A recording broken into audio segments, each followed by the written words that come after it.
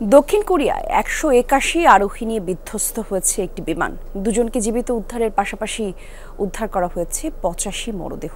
বাকিদেরও বাঁচার সম্ভাবনা নেই জানিয়েছে দেশটির ফায়ার এজেন্সি। এই তথ্য নিশ্চিত করেছে দেশটির সংবাদ সংস্থা ইয়নহাপ। রোববার স্থানীয় সময় সকাল ৯টার দিকে এই দুর্ঘটনা ঘটে। মুয়ান আন্তর্জাতিক বিমানবন্দরে অবতরণের সময় রানওয়ে থেকে ছিটকে যায় বিমানটি। ঘটে অগ্নিকাণ্ড এবং বিস্ফোরণ। শ্রীলঙ্কা আবারও রপ্তানিতে শীর্ষে।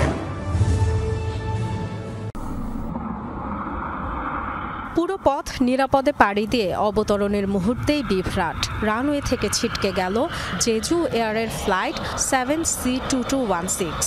দেয়ালের সাথে ধাক্কা খেয়ে আগুন ধরে যায় বিমানে। পরপর কয়েকটি বিস্ফোরণের তথ্য জানিয়েছে প্রত্যক্ষদর্শীরা। ১৭৫ যাত্রী ও ৬ জন ক্রু নিয়ে থাইল্যান্ডের ব্যাংকক থেকে ফিরছিল বোয়িং 737-800 উড়োজাহাজ। গন্তব্য ছিল দক্ষিণ কোরিয়ার মুয়ান আন্তর্জাতিক বিমানবন্দর।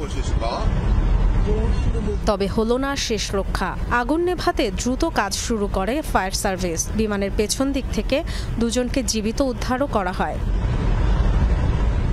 স্থানীয় বিভিন্ন গণমাধ্যম বলছে বিমান অবতরণের সময় ঠিকঠাক চালু হয়নি ল্যান্ডিং গিয়ার, আর সে কারণেই এত বড় দুর্ঘটনা। পাখির সাথে সংঘর্ষের জেরে ল্যান্ডিং গিয়ারে গোলযোগ তৈরি হতে পারে বলে ধারণা করা হচ্ছে। তবে এখনই কিছু বলতে নারাজ দক্ষিণ কোরিয়ার এভিয়েশন কর্তৃপক্ষ। তদন্ত শুরুর কথা জানিয়েছে তারা। জেজু এয়ার কর্তৃপক্ষ জানিয়েছে বিধ্বস্ত বিমানটিতে থাইল্যান্ডের 2 যাত্রী ছিলেন। বাকি আরোহীদের সবাই দক্ষিণ কোরিয়ার নাগরিক। পুরো বিশ্বেই নিরাপদ হিসেবে বিবেচিত দক্ষিণ কোরিয়ার এভিয়েশন। বিমান সংস্থা জেজু এয়ারও এত বড় দুর্ঘটনার সাক্ষী হয়নি এর আগে।